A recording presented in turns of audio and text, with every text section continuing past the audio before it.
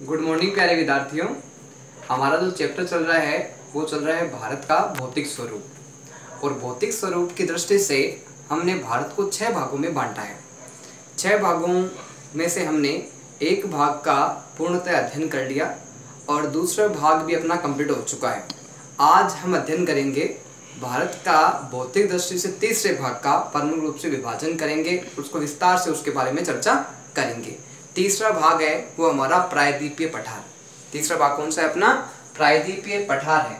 अब आती है कि जो प्रायद्वीपीय पठार है उसकी आकृति कैसी है, उसकी रचना कैसी है, उसकी स्थलाकृति कैसी है, इसके बारे में प्रमुखतः हम चर्चा करेंगे।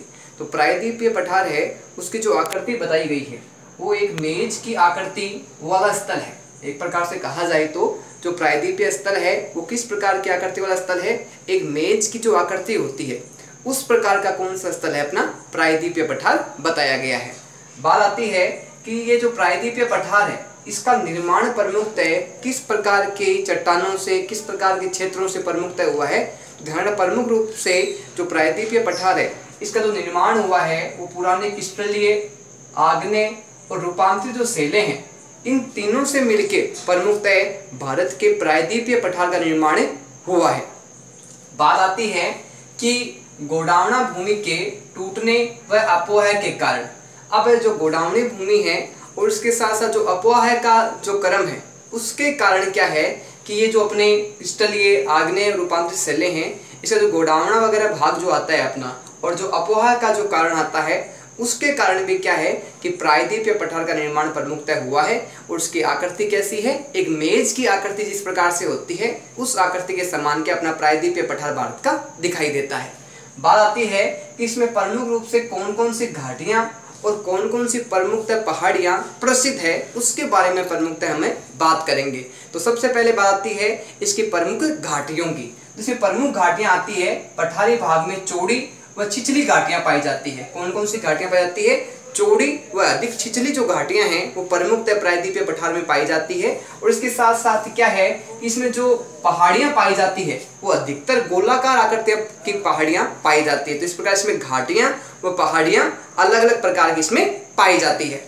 बात आती है कि प्रायद्वीपीय पठार को हम मुख्यतः कितने भागों में विभाजित कर सकते हैं, कितने विभागों में मुख्यतः हम प्रायद्वीपीय पठार को बांट सकते हैं? तो प्रमुख रूप से जो प्रायद्वीपीय पठार है उसको 2 भागों में बांटा जा सकता है। कितने भागों में बांटा जा सकता है? प्रायद्वीपीय पठार को 2 भागों में बांटा जा सकता है। अब बात आती है कि 2 भाग प्रमुखतः कौन कौन से हैं जिसके द्वारा प्रायद्वीपीय पठार को बांटा गया है। इसका पहला भाग आता है मध्य उच्च भूमि। पहला भाग कौन सा आता है इसका? मध्य उच्च भूमि का। और दूसरा जो भाग आता है वो आता है दक्कन का पठार। कौन सा आता है? दक्कन का पठार। और पहला कौन सा है? उच्च मध्य भूमि। अब बात करते हैं हम पहले हमारे इसके क्रम की।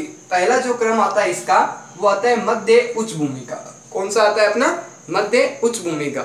इसमें प्रमुखतः बात आती है कि नर्मदा नदी के उत्तर में प्रायद्वीप का पठार का वह भाग जो मालवा के पठार के अधिकतर भागों में फैला है। यानी मालवा के पठार के जो अधिकतर क्षेत्रों में फैला है वो प्रमुख रूप से कौन सा अपना आता है इसका भाग है? वो आता है मध्य उच्च भूमि का। जो नर्मदा के उत्तर में प्रायद्वीपीय पठार का जो भाग है वो कहाँ फैला है? मालवा के पठार के अधिकतर क्षेत्रों में फैला है। वो प्रमुख रूप से कौन सा स्थान आता है? प्रमुख रूप से मध्य उच्च भूमि का स्थान आता है। अब बात करते हैं हमें इसके अंतर्गत विंध्य श्रृंखला की। विंध्य श्रृंखला है वो दक्षिण में सतपुड़ा श्रृंखला है। वो क्या है? दक्षिण में सतपुड़ा श्रृंखला है। और इसके साथ ही क्या है कि उत्तर पश्चिम में ये अरावली से घिरी है। जो विंध्य श्रृंखला है वो उत्तर पश्चिम में किससे घिरी है? अरावली से प्रमुख रूप से घिरी हुई बताई गई है। बात आती है कि पश्चिम में राजस्थान के बलवी व पथरीले मरुस्थल में मिल जाती है। बाद में अरावली से घिरी होने के साथ साथ बाद में कहाँ मिल जाती है? ये पश्चिम में राजस्थान का जो बलवी क्षेत्र है, जो पथरीला मरुस्थल है, पर प्रमुखतः इसमें मिल जाती है। कौन सी? विंध्य पर्वत श्रृंखला। बात आती है इसकी कि प्रमुख इसकी नदियां कौन कौन सी है विंध्य श्रृंखला के अंतर्गत? प्रमुखतः कुछ महत्वपूर्ण इसकी नदियां बताई गई है। प्रमुख जो नदियां हैं वह इसकी चंबल, सिंध, बेतवा और केन। इसकी प्रमुखतः विंध्य श्रृंखला के अंतर्गत 4 नदियां बताई गई। कौन कौन सी नदियां बताई गई? इसमें चंबल, सिंध, बेतवा और केन, इसकी प्रमुख 4 नदियां बताई गई है। बात आती है इसकी दक्षिण पश्चिम से उत्तर पूर्व की ओर बहती है। अब आती है कि ये जो प्रमुख रूप से जो नदियां हैं ये कहाँ से और किस ओर प्रमुख रूप से बहती है। तो ध्यान रखना, इनका जो विस्तार है वो दक्षिण पश्चिम में उत्तर पूर्व की ओर बहती है। अब बात आती है इसके मध्य उच्च भूमि के कुछ महत्वपूर्ण तथ्यों की। तो ध्यान रखना कि जो मध्य उच्च भूमि है ये पश्चिम में चौड़ी है। बात आती है कि जो मध्य उच्च भूमि का जो विस्तार है वो क्या चौड़ा अधिक है या कम चौड़ा है। तो हम बात करें कि इसके पश्चिम में जो भाग है वो चौड़ा अधिक दिखाई देता है, जबकि पूर्व में जो इसका भाग है वो संकीर्ण है। इस प्रकार इसका जो विस्तार है, जो इसका फैलाव है वो दोनों क्षेत्रों में समान नहीं है। कुछ क्षेत्रों में इसका जो फैलाव है वो अधिक चौड़ा है, जबकि कुछ क्षेत्रों में इसका जो फैलाव है वो कम देखने को मिलता है। तो हम बात करते हैं पश्चिम में। पश्चिम रूप से हम देखें तो मध्य जो उच्च भूमि है उसका विस्तार है, उसका जो फैलाव है वो हमें अधिक देखने को मिलता है, क्योंकि इसमें प्रमुख रूप से कुछ नदियां, कुछ पठार, कुछ घाटियां प्रमुखतः पाए जाते हैं। जबकि बात करें पूर्व में इसकी स्थिति है वो संकीर्ण है, यानी अधिक विस्तार इसका नहीं है। किसके मुकाबले? पश्चिम के मुकाबले पूर्व का जो भाग है उसका विस्तार, उसका फैलाव है वो कम देखने को मिलता है। तो एक प्रकार से कहा जाए तो हमने इसको दो भागों में प्रमुखतः बांटते हैं, मध्य उच्च भूमि में और दूसरा अपन बांटते हैं दक्कन के पठार में। तो जो अपना मध्य उच्च भूमि है वो राजस्थान में प्रवेश करने के बाद में वो किस में मिल जाती है? बलवी क्षेत्र में मिल जाती है। और बलवी क्षेत्र के साथ क्या है कि राजस्थान का जो पश्चिम भाग है वो प्रमुख रूप से पथरीला क्षेत्र बताया गया है, और वहां के बाद में क्या है कि इसका विस्तार सामान्य दिखाई देता है प्रमुखतः। अब बात करते हैं इसके अन्य विस्तार की, अन्य फैलाव की। बात आती है इसके पठार के पूरे विस्तार को। जो पठार का जो इसके पूर्व विस्तार है, कौन सा? प्रायद्वीपीय पठार का जो पूर्व का जो इसका विस्तार है उसको एक अन्य नाम से प्रमुखतः जाना जाता है। इस भाग को प्रमुखतः बुंदेलखंड के नाम से जाना जाता है। जो पठार का पूर्व विस्तार है उसको प्रमुख रूप से किस नाम से जाना जाता है? बुंदेलखंड के नाम से जाना जाता है। अब आती है दक्षिण के पठार की। किसकी? दक्षिण के पठार का जो भाग है वो प्रमुखतः किस प्रकार का पठार बताया गया है। तो ध्यान रखना, प्रमुख रूप से इसकी जो आकृति बताई गई है, जो उसकी स्थलाकृति बताई गई है वो प्रमुख रूप से त्रिभुजाकार है। वो इसका स्थल की आकृति बताई गई। किसके पठार की? दक्षिण के पठार की।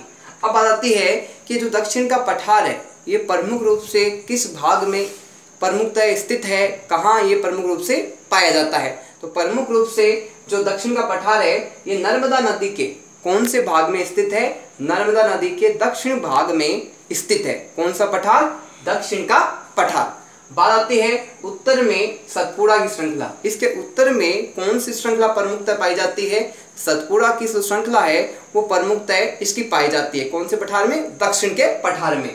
बात आती है कि पूर्व में जो विस्तार है इसके अंतर्गत प्रमुख रूप से कौन सी पहाड़ियां और कौन सी श्रृंखलाएं देखने को मिलती है। प्रायद्वीपीय पठार का जो अपन भाग पूर्व विस्तार की बात करते हैं इसमें प्रमुख रूप से कौन कौन सी घाटियां हैं और कौन कौन सी प्रमुख श्रृंखलाएं हैं। तो ध्यान रखना, प्रमुख रूप से इसमें महादेव, कैमूर की पहाड़ियां हैं। दो प्रकार की इसमें प्रमुखतः पहाड़ियां देखने को मिलती है, महादेव की और कैमूर की पहाड़ियां देखने को मिलती है। और इसके साथ साथ क्या है कि मैकाल श्रृंखला भी है, यहाँ प्राप्त रूप से विस्तार देखने को मिलता है। तो इस प्रकार पूर्व जो विस्तार है इसमें पहाड़ियां भी देखने को मिलती है और पर्वत श्रृंखलाएं देखने को मिलती है। दोनों प्रकार से इसका विशेष महत्व बताया गया है। बात आती है कि दक्षिण का पठार है वो किस दिशा से प्रमुखतः ऊंचा बताया गया है। तो दक्षिण का जो पठार है वो पश्चिम में ऊंचा अधिक है, पश्चिम में ऊंचाई अधिक देखने को इसकी मिलती है। किसकी? दक्षिण के पठार की।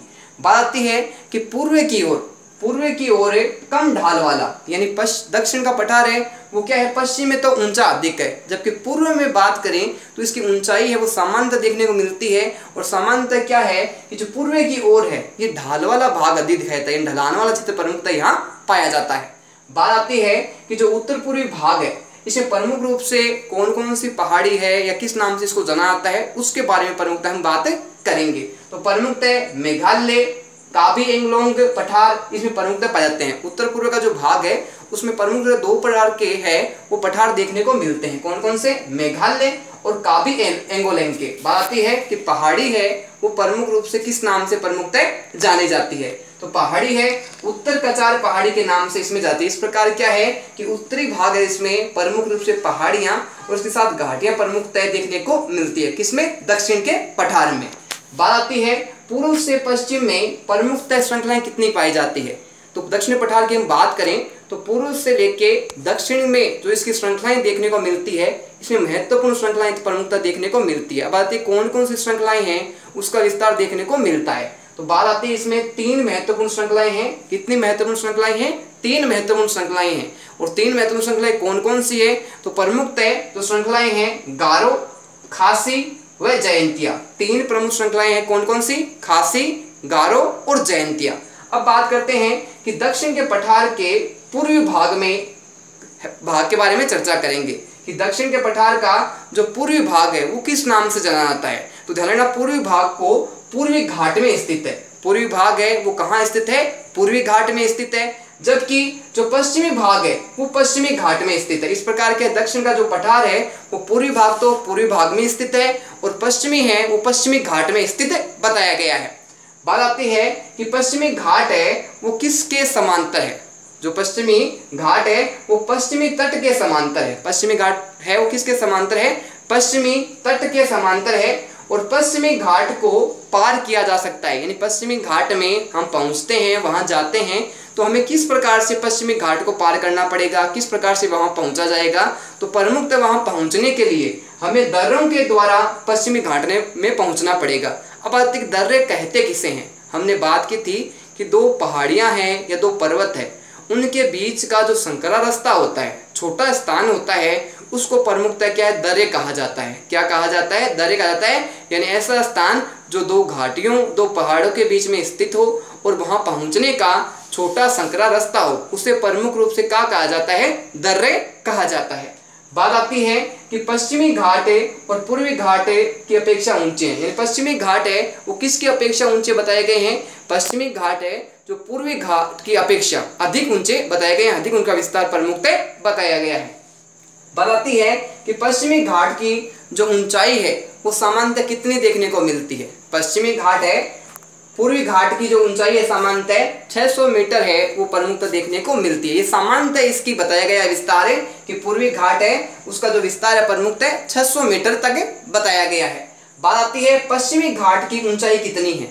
पश्चिमी घाट की ऊंचाई है वो पूर्वी घाट की अपेक्षा हमें अधिक देखने को मिलती है। पूर्वी घाट की हमने बात की कि उसकी जो है ऊंचाई वो 600 मीटर तक बताई गई है, जबकि हम पश्चिमी घाट की बात करें तो काफ़ी अधिक ऊंचाई देखने को मिलती है। और सामान्यतः इसकी जो ऊंचाई बताई गई है वो 900 मीटर से 1500 मीटर तक बताई गई है। इस प्रकार हम देखते हैं कि पूर्वी भाग की जो ऊंचाई है वो कम है, जबकि पश्चिमी घाट की जो ऊंचाई है वो हमें पूर्वी घाट की अपेक्षा अधिक देखने को मिलती है। पूर्वी घाट में जहाँ 600 मीटर तक है, वहीं पश्चिमी घाट में इसकी 900 से 1500 मीटर तक प्रमुख हमें देखने को मिलती है। बताती है कि पूर्वी घाट का जो विस्तार है वो प्रमुख रूप से कहाँ तक है? पूर्वी घाट का जो विस्तार है, फैलाव है, उसका जो विस्तार है कहां से कहां तक हुआ है? तो ध्यान रखना, महानदी घाटी से दक्षिण में नीलगिरी तक, महानदी घाटी है उससे लेके नीलगिरी घाटी तक है, वो प्रमुखतः पूर्वी घाट का विस्तार हमें दक्षिणी पठार के भाग के अंतर्गत देखने को प्रमुखतः मिलता है।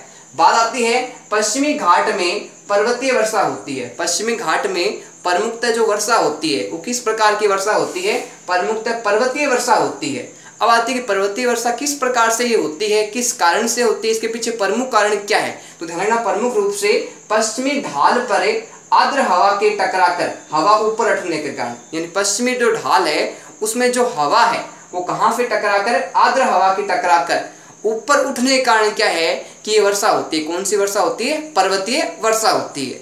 इस प्रकार क्या है कि हमने बात की कि दक्षिण का जो पठार है प्रमुख रूप से उसमें क्या है कि जो पूर्वी भाग है वो अधिक ऊंचा नहीं देखने को मिलता, वो सामान्य उसकी ऊंचाई बताई गई है। जबकि पश्चिमी भाग की हम बात करें तो पूर्व की अपेक्षा पश्चिम का जो भाग है वो प्रमुखतः क्या है कि हमें अधिक ऊंचाई वाला देखने को मिलता है।